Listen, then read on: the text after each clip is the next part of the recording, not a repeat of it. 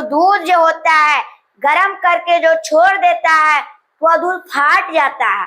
का हानिकारक बैक्टीरिया का कुछ पॉइंट लिखने के लिए, इस पर बैक्टीरिया हमारे यहाँ पर दुश्मन हो चुका है। दूध से दही जमाने में हमारे दोस्त। हेलो दोस्तों, नमस्कार। स्वागत है आप सभी को टॉपर्स क्लासेस के डिजिटल प्लेटफॉर्म पे। दोस्तों, जैसे कि हम दूसरा चैप्टर पर आ चुके हैं, उसका नाम है सूक्ष्म जीव मित्र एवं शत्रु। अब हम जो कमेंट में आप लोग को बोले थे कि हानिकारक बैक्टीरिया का कुछ पॉइंट लिखने के लिए जो भी बच्चे लिखे हैं उसका कुछ का सही है और कुछ का गलत है। अब चलिए दोस्तों उसको हम जानेंगे। हानिकारक बैक्टीरिया क्या होता है? हानिकारक बैक्टीरिया क्या होता है? तो आप लोग बने रहिए, हानिकारक बैक्टीरिया भी बताया जाएगा। हानिकारक बैक्टीरिया क्या होता है? तो हानिकारक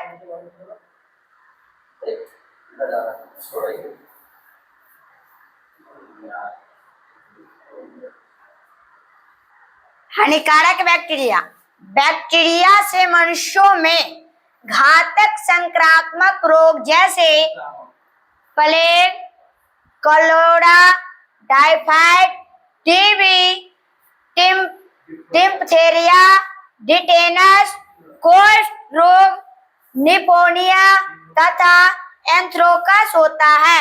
ये सब जितना भी रोग है, टीबी भी रोग है, वह बैक्टीरिया के कारण ही होता है। जो हमारे गांव में आप लोग सुनते होइएगा, अपने गांव में किसको टीबी रोग हो गया है, वह हमारे लिए इस पर बैक्टीरिया हमारे यहाँ पर दुश्मन हो चुका है। दूध से दही जमाने में हमारे दोस्त रहा, अब जो बीमारी फैलाती है उसीलिए हमारे दुश्मन हो गया। तो आप लोग को इसीलिए बोले थे सूक्ष्म जीव मित्र एवं मित्र। कभी मित्र होता है तो कभी शत्रु बदल जाता है, कभी शत्रु होता है तो कभी दोस्त में बदल जाता है।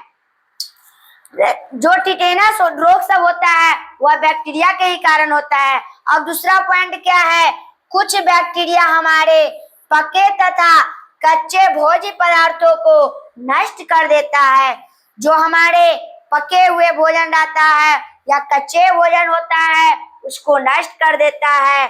जैसे दूध को फटना, मक्खन का खट्टा होना, मांस, मछली, सब्जियां तथा फलों का विकृत होना।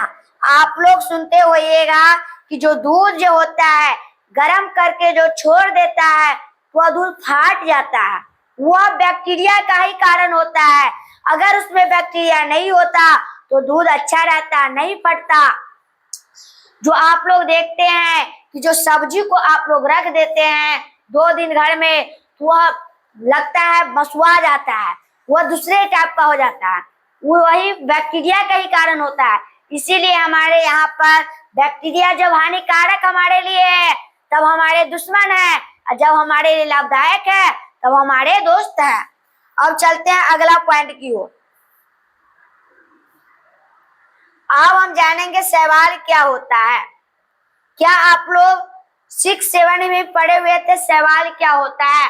अब शैवाल को हम डिटेल से पढ़ेंगे। शैवाल क्या होता है? एल्गी शैवाल पौधे सदृश ऐसे सूक्ष्म जीव है जिनके शरीर में, शैवाल के शरीर में क्या होता है?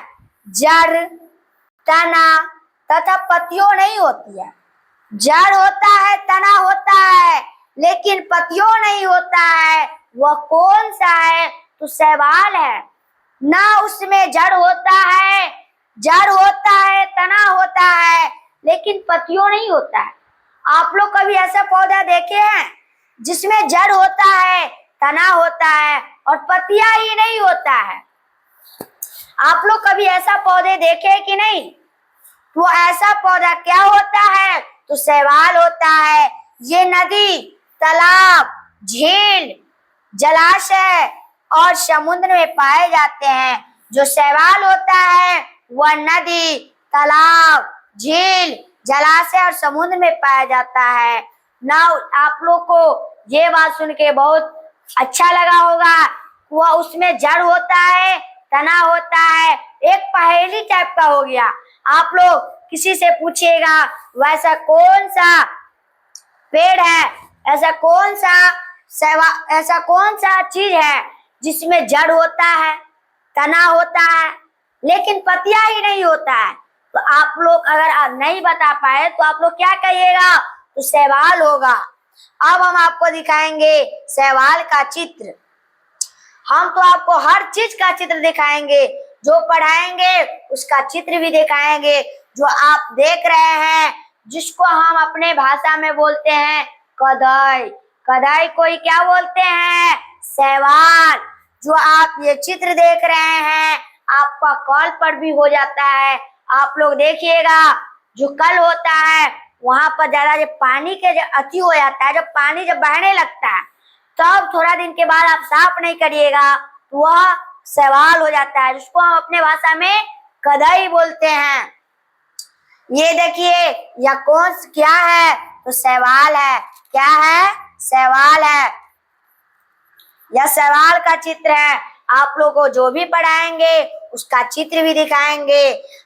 अब हम शैवाल के कुछ और डिटेल में जाएंगे। तो क्या कह रहा है, तो एलगी एक कोशिकीय और बहुकोशिकीय होते हैं। जो एलगी होता है वह एक कोशिकीय या बहुकोशिकीय होता है। एक कोशिकीय एलगी तथा बैक्टीरिया में बहुत समानता पाई जाती है।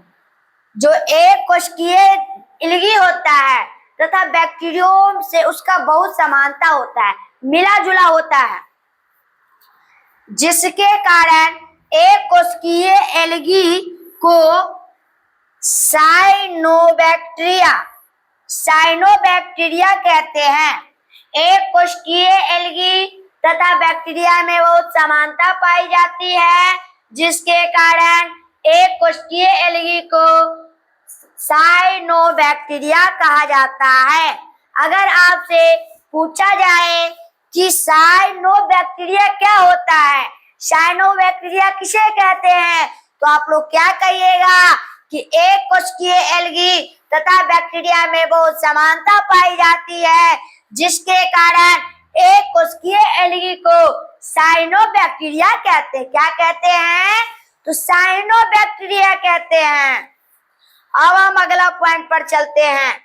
अगला पॉइंट क्या कह रहा है कि सभी एल्गियों में हरे पौधे की तरह क्लोरोफिल पाया जाता है।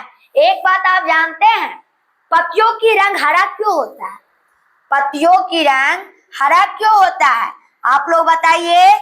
जो पत्तियों होता है उसका रंग हरा क्यों होता है, पत्तियों का रंग हरा क्यों होता है, पत्तियों का रंग हरा क्यों होता है, पत्तियों हरा क्यों होता है, तो उसमें क्या पाया जाता है, तो क्लोरोफिल पाया जाता है, जिसके कारण पत्तियों का रंग हरा होता है। अब शैवाल का प्रकार की ओर जानेंगे।